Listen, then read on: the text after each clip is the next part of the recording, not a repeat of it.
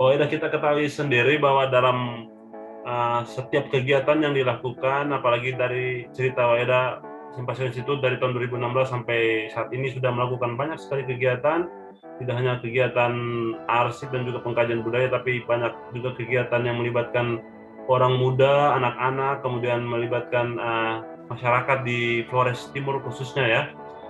Tentunya kegiatan-kegiatan itu membutuhkan materi, biaya ya, ataupun hal-hal lain yang memang bisa melancarkan jalannya kegiatan. Kira-kira dari pemerintah sendiri apakah ada dukungan terhadap kegiatan-kegiatan yang sudah dilakukan, dan apakah Simpasio Institute selama ini bergerak secara mandiri dengan bantuan dukungan dari luar atau dari dalam Flores Timur? Mungkin Waida bisa jelaskan, silakan. Oke, terima kasih Kak Markus. Ya. Jadi tuh dari awal perjalanan Simpasio itu sampai sekarang itu yang saya bilang 99% itu mandiri dan berkolaborasi. Jadi kalau bicara soal dukungan pemerintah, tentu saja pemerintah mendukung gitu. Kami tidak terjebak dalam pemahaman bahwa dukungan itu hanya sebatas dukungan uang atau dukungan dana. Misalnya kerjasama dengan kelurahan waktu kegiatan semiloka pangan lokal bersama ibu-ibu PKK itu juga merupakan bagian dari dukungan pemerintah. Selain itu juga pemerintah memberikan keluasan, ruang, dan waktu juga bagi kami untuk terus tumbuh sebenarnya. Misalnya banyak sekali kegiatan Simpasio yang dibuat di ruang-ruang publik dan itu tidak menjadi masalah gitu. Dan itu bagi kami adalah sebuah bentuk dukungan yang sangat besar dari pemerintah. Sedangkan kalau bicara soal ya kita konsumsinya seperti apa, bayar listriknya seperti apa, terus ini tendanya akan seperti apa, semacam itu, kebutuhan-kebutuhan seperti itu tuh memang swadaya. Jadi kami melatih diri untuk mencari dana. Cari dananya seperti apa? Pertama, kami bikin olahan pangan lokal. Kami jual tuh olahan sorghum, olahan kelor, juga jualan t-shirt. Setiap kali acara tuh ada edisi t-shirt edisi acara ini, t-shirt edisi acara itu. Jadi banyak ya, bisa jadi bisa jadi satu orang tuh bisa membeli baju Simpasio tuh berkali-kali karena edisinya beda-beda gitu. Jadi kami jual t-shirt, terus olahan sorghum itu yang paling sering kami jual itu bubur sorghum, dan itu benar-benar membawa profit dalam arti dananya tuh cukup untuk kami kembangkan kegiatan.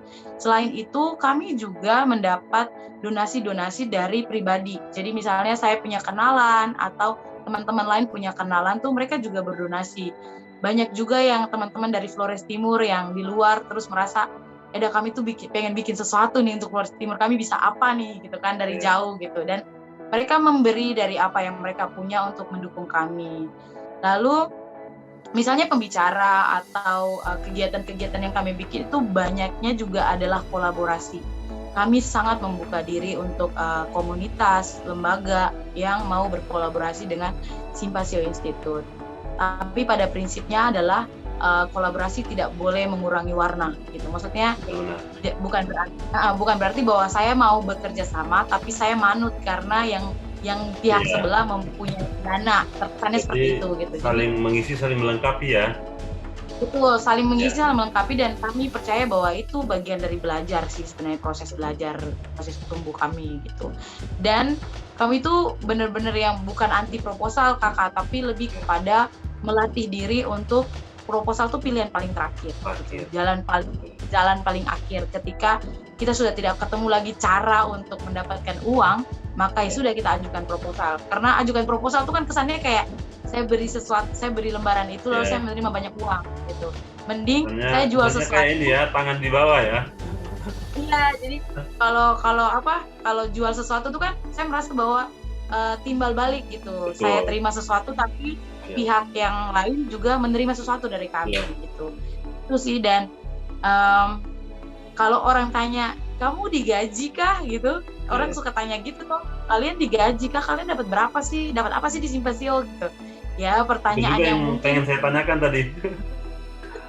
Jadi boleh langsung nih. Ya langsung. Jadi ketika orang tanya, kalian digaji kah? Kalian dapat apa sih? Itu pertanyaan tuh bisa mengandung banyak makna sebenarnya. Ada yang peduli, ada yang nyinyir, ada yang merasa ini sia-sia, ada yang merasa bahwa sia-sialah buang waktu gitu. Kalau mau bilang jujur, kami dalam proses belajar untuk menggaji diri kami sendiri. Gitu. Bahwa saya juga tidak sedang mencari uang di Simpasio gitu.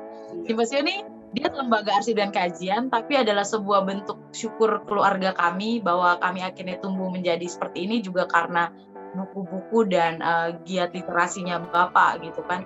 Sehingga ketika Simpasio ini lalu dibuka secara umum untuk masyarakat umum, kami belum berpikir untuk membuat serius bahwa dana sekian harus kami kelola untuk menggaji atau apa. Bahwa itu akan menjadi PR, tapi bukan sesuatu yang harus kami kejar sekarang, karena yang utama adalah kualitas gitu. Iya, buat apa toh kita urus banyak uang tapi ternyata isinya tidak ada, kan malu sebenarnya. Kalau kami gitu. Terus teman-teman yang bergabung di Simpasio itu saya tidak bilang itu relawan. Kami tidak bilang itu relawan, tapi kami bilang tim kreatif, karena mereka semua adalah orang-orang yang punya pekerjaan yang lain, punya pekerjaan pokok. Jadi ada yang bidan, ada yang perawat, ada yang guru, ada yang ojek, ada yang wirausaha, artinya wirausaha dalam arti usaha-usaha kecil kayak gitu. Tapi Simpasio itu jadi semacam rumah ketika mereka lelah bekerja gitu. Ketika mereka merasa bahwa pekerjaan saya itu monoton gitu, dan saya mau buat sesuatu di luar pekerjaan saya, dan Simpasio mencoba untuk menjawab keresahan teman-teman muda ini gitu, termasuk keresahan saya gitu. Jadi ya itu, kalau mau bilang kami digaji tidak sih, tapi bahwa kami sama-sama mencari uang untuk pulsa, untuk transportasi, bensin, dan makan kami selama kami bekerja. Itu operasionalnya kami sama-sama cari dan saling terbuka. Misalnya, oke, butuh berapa nih buat bensin, itu saling terbuka. Prinsipnya adalah kekeluargaan sih. Tidak ada relasi seperti leader dan bawahan, tidak. Lebih kepada saya salah, silakan marah saya, kalian salah, saya juga marah gitu, kayak gitu. Karena Simpasio pada intinya milik bersama ya. Iya, milik bersama, siapapun boleh memberi idenya dan mengeksekusi ide itu. Jadi ketika ide itu si A yang kasih, dia yang bertanggung jawab menjadi leader dalam ide itu gitu. Nah, jadi di Simpasio setiap pribadi bisa belajar banyak hal ya. Selain tadi menuangkan kreativitasnya, terus kalau dari ceritanya Waida, ya perlahan-lahan jiwa kepemimpinan itu tumbuh ya dari setiap pribadi yang bergabung di Simpasio gitu ya. Betul sekali ya. Iya.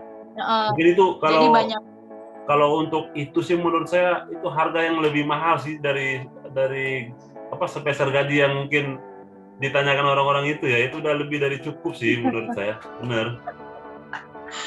Iya. Gitu sih Kak. Jadi memang di Simpasio tuh satu orang memainkan banyak peran dalam hari yang berbeda dan waktu yang berbeda. Saya hari ini menjadi ketua acara, besok saya jadi ketua konsumsi. Gitu. Kayak gitu. Atau saya hari ini menjadi narasumber, besok-besok saya adalah orang yang hanya bertugas untuk menghubungi narasumber. Dan itu juga berputar di teman-teman yang lain. Teman-teman yang awalnya tidak percaya diri untuk menjadi moderator atau MC, hari ini mereka sudah jadi moderator atau MC di berbagai kegiatan yang lain. Jadi kayak Simpasio tuh pintu untuk dia berjejaring, lalu dia mengaktualisasikan dirinya di ruang yang lebih luas gitu. Oke, baik. Jadi saya sebenarnya secara pribadi pengen juga nih berperan dan mengambil andil juga lah untuk Simpasio lah ya. Semoga diizinkan ya Waida ya. Bisa. Secara daring juga bisa kok. Oke, siap. Nih saya penasaran karena kebetulan ini channel YouTube Prap Official kebanyakan kontennya tentang kesehatan ya. Tapi malam hari ini luar biasa ya, ada konten yang berbeda warna, tapi kayaknya kalau mau kita kaitkan dengan dunia kesehatan juga banyak sekali hubungannya. Tadi salah satu relasinya adanya pangan lokal ya tadi ya, yang Waida sempat ceritakan tentang sorghum, kelor gitu. Itu kalau kita ketahui bersama bahwa sorghum kelor adalah pangan lokal yang tinggi akan nilai gizi ya. Banyak nutrisi yang bisa didapatkan dari situ, apalagi kelor ya. Kita tahu bahwa Flores Timur adalah apa ya, daerah atau tanah sejuta kelor lah kalau mau dibilang ya. Setiap orang, setiap rumah pasti punya tanaman kelor di halamannya. Ya, jadi ini penasaran, bisa Waida ceritakan sedikit ya olahan kelor seperti apa gitu ya yang dikemas atau dibuat oleh Simpasio Institute yang pada akhirnya apa ya jadi konsumsi lokal pada kegiatan-kegiatan yang diselenggarakan di Flores. Silakan Waida. Oke, jadi awalnya tuh nama produk kami adalah Muko Sarbo Kitchen. Muko Sarbo ini sebenarnya Muko dan Sarbo. Muko Pisang, itu ya? pisang, Sarbo itu enak sekali gitu kan kalau bahasa naginya.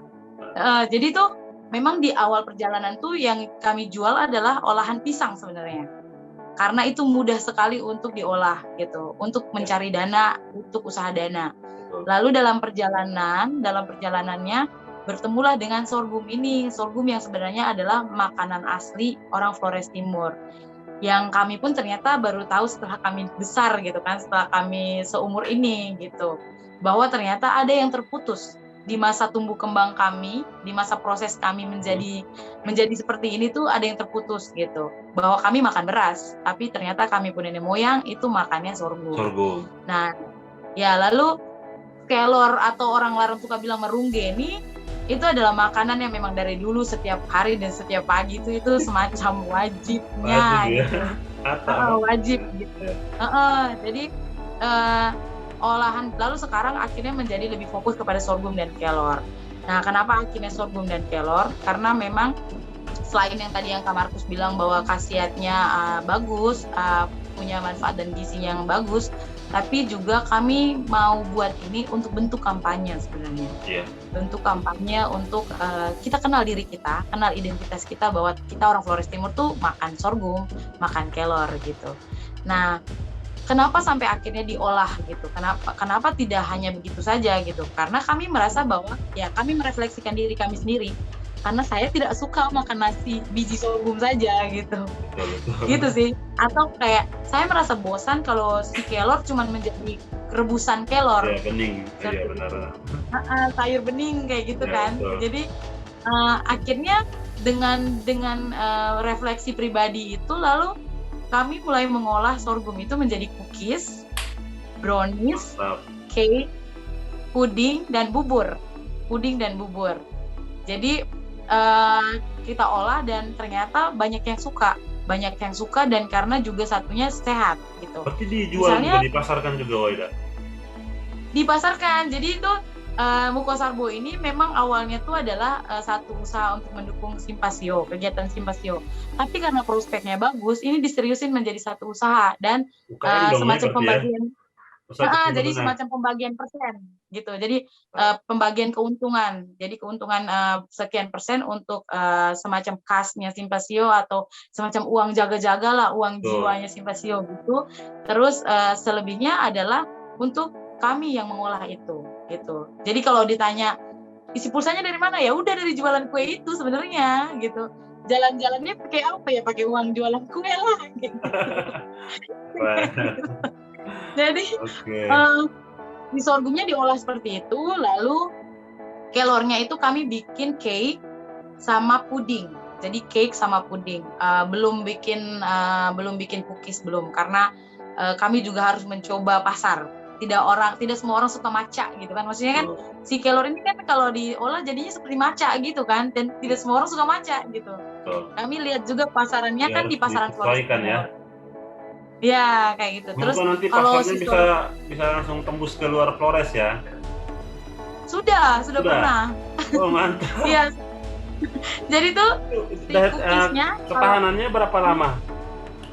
Nah kalau kelor itu banyakan belinya itu yang di dalam Flores Timur, utamanya di Larantuka. Ya. Karena juga persoalannya tuh karena kelor tuh orang makan setiap hari. Jadi mereka merasa bahwa itu mudah ditemukan, mudah didapat. Tapi yang banyak dan menjadi primadona adalah olahan sorghum. Nah, sorghum ini kalau cake-nya, dia punya cake itu bertahan 1 minggu. Brownies-nya itu juga 1 minggu. Terus cookies-nya bisa 1 bulan. Yeah. Yang dijual sampai keluar itu cookies-nya tuh sempat sampai ke Jogja, sampai ke Jakarta, ke Kupang. Paling jauh tuh Kalimantan Utara.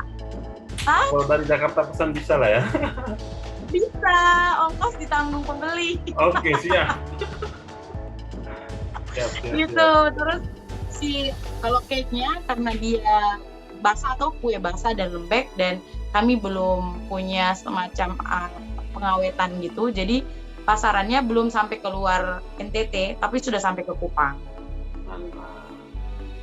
Mungkin ini jadi saya pengen memberikan saran nih, Waida. Bisa? Boleh? Izin ya. Boleh. Kalau yang saya lihat sendiri kayak kelor misalnya ya, kelor. Kalau misalnya olahan kelor itu susah mungkin untuk bertahan lama, mungkin yang bisa disiapkan atau yang diolah itu adalah dari kelor menjadi serbuk kelor gitu, jadi bahan bakunya. Karena saat ini dari Kementerian Kesehatan sendiri itu memang juga yang tadi Waida bilang sedang mengkampanyekan kelor gitu. Jadi di setiap daerah, harapannya di setiap wilayah puskesmas itu kalau bisa masyarakatnya menanam kelor gitu. Kenapa dikatakan seperti itu? Di tahun 2019-2020 kalau dilihat dari data riset kesehatan ya, itu untuk angka penderita gizi buruk itu masih sangat tinggi gitu. Dan kendalanya di daerah apa? Kendalanya di daerah adalah apa ya? Karena di beberapa daerah itu aksesnya masih sangat terbatas. Kemudian sekalipun ada makanan yang punya nilai gizi gitu ya, harganya pun mahal, ya ini kelor lah jadi salah satu jalan keluarnya gitu. Kalau pribadi dari kamarku sendiri sudah buktikan itu waktu tugas dulu di Nias gitu ya. Jadi mungkin dari sahabat Simpasio bisa mengemas olahan kelor itu menjadi serbuk gitu. Nanti ya kamarku juga bisa bantu pasarkan lah di sini. Iya. Siap. Serbuk kelor itu kan luar biasa, dia tahannya lebih lama gitu. Itu satu. Terus yang kedua terkait olahan sorghum ya, dibuat kayak cookies dan lain sebagainya. Untuk pemasarannya mungkin kalau boleh kerjasama dengan PKK, tapi kalau bisa naik tingkat lagi gitu, PKK kabupaten ya. Mudah-mudahan, karena menurut saya ide dan kegiatan Simpasio itu levelnya bukan lagi kelurahan ataupun desa gitu, itu udah levelnya mungkin provinsi atau nasional pun itu sangat bagus untuk diadopsi kegiatan-kegiatan gitu ya.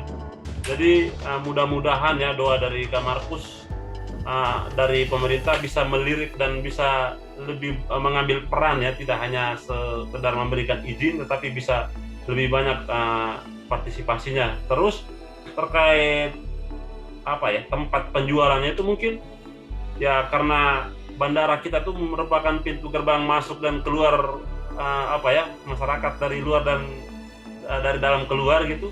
Mungkin cookies dan lain sebagainya itu kalau misalnya hanya tahan 10 hari, 7 hari bisa tuh dijual di bandara gitu ya. Ini hanya sekedar ide gitu. Tapi kan tadi mau dikampanyekan apa yang kita punya gitu, apa yang Flores punya, apa yang Sarotari punya ya. Mungkin dengan cara itu lebih cepat gitu orang tahu. Itu sih. Nah, ini terakhir dari Kamarkus ya. Ini terkait obrolan kita mengenai kegiatan OAEDA di Simpasio. Bertepatan dengan Hari Kartini ya. Apa saja nilai-nilai penting, nilai-nilai positif yang OAEDA ambil dari sosok Kartini sendiri, dan bagaimana harapan OAEDA untuk Simpasio ke depannya gitu. Silakan. Oke. Selamat Hari Kartini buat semua perempuan-perempuan luar biasa. Saya terinspirasi dari Kartini. Dulu waktu SD kan kita cuma tahu Kartini sebatas itu gitu. Lalu akhirnya setelah tumbuh kita memaknai Kartini dengan versi kita masing-masing. Dan saya lebih melihat kepada Kartini yang punya semangat belajar, lalu juga suatu perempuan yang dia bisa menjaga keseimbangan gitu sebagai perempuan. Dia sebagai perempuan, sebagai seorang istri, sebagai perempuan merdeka, dia tetap mencoba untuk bisa membuktikan bahwa dia bisa menjalankan peran-peran itu gitu. Itu yang kedua. Lalu yang ketiga adalah bagaimana dia membangun relasi dengan teman-teman di luar negeri dengan bersurat itu. Lalu itu menjadi gerakan yang ternyata menginspirasi kami semua sampai hari ini. Artinya beliau adalah legenda begitu, legenda. Dan walaupun saya bilang bahwa sebenarnya pasti banyak perempuan di masa itu, bukan cuma Kartini. Barangkali di tahun itu ada juga Kartini lain di Flores Timur, bisa jadi. Tapi karena tidak ada dokumentasi atau tidak ada yang menuliskan tentang itu, makanya tidak tercatat gitu. Jadi terus itu yang berikutnya adalah saya melihat bahwa Kartini adalah satu perempuan yang mampu menemukan keluasan di ruang yang sempit gitu. Di ruang yang sempit yang artinya arti yang luas ya gitu, bahwa keterbatasan waktu itu. Beruntungnya adalah dia anak bupati ya, maksudnya dia anak migran gitu. Itu beruntung orang berada dan dia punya akses itu gitu. Jadi saya lebih ke situ sih, dan akhirnya saya membuat Kartini versi saya adalah semua perempuan tuh, atau bahkan semua orang itu pernah punya jatuh, pernah punya ada di titik rendah dalam hidup, dan juga punya bayang-bayang dan sisi gelap. Tapi bagaimana dia mengolah kesakitan itu, dia mengolah kesulitan-kesulitan itu menjadi berkat buat diri sendiri dan juga cahaya buat orang lain sebenarnya. Ya ngapain gitu hari ini kita harus mempersoalkan negatif-negatifnya orang, betul. Padahal kita punya banyak waktu untuk menjadi lebih positif gitu. Yeah. Gitu sih. Asik. Terus harapannya buat Simpasio, sebenarnya Simpasio tuh bukan satu yang muluk-muluk gitu. Ketika saya diberi kepercayaan oleh Bapak untuk menjalankan ini, sebenarnya yang saya maknai adalah Simpasio itu adalah tanah warisan yang harus digarap, anak yang harus dibesarkan. Artinya saya mengalami bahwa kita tumbuh sangat alami, kita tumbuh dengan proses yang organik gitu. Jadi Simpasio tidak membayangkan bahwa dia akan punya gedung yang besar, atau dia akan mengelola uang sekian juta atau bahkan miliaran, tidak. Lebih kepada Simpasio semakin berakar dan semakin meluas manfaatnya, dan paling utama adalah kakak-kakaknya tuh selalu menjadi bagian dari doa anak-anak yang disapa setiap hari. Mantap. Amin ya. Semoga harapan mimpi dari Oeda dan mimpi sahabat Simpasio bisa menjadi kenyataan di suatu hari nanti ya, cepat atau lambat. Oke. Amin. Itu saja Oeda, terima kasih banyak buat share pengalamannya, buat informasi-informasi dan ceritanya yang sangat luar biasa membangun. Semoga teman-teman kita di luar sana juga bisa termotivasi ya untuk bisa lebih lagi fokus ke kegiatan-kegiatan yang membangun pribadi tentunya, dan juga membangun orang-orang di sekitarnya gitu ya. Karena anak muda adalah sosok yang masih punya energi yang banyak gitu ya, yang kalau misalnya dikelola dengan baik, energi itu bisa menjadi suatu kekuatan untuk membangun tidak hanya diri sendiri tapi membangun banyak orang gitu ya. Luar biasa. Terima kasih banyak Oeda.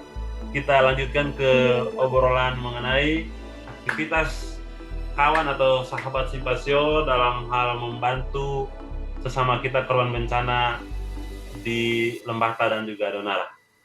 Oke, salam sehat Indonesia.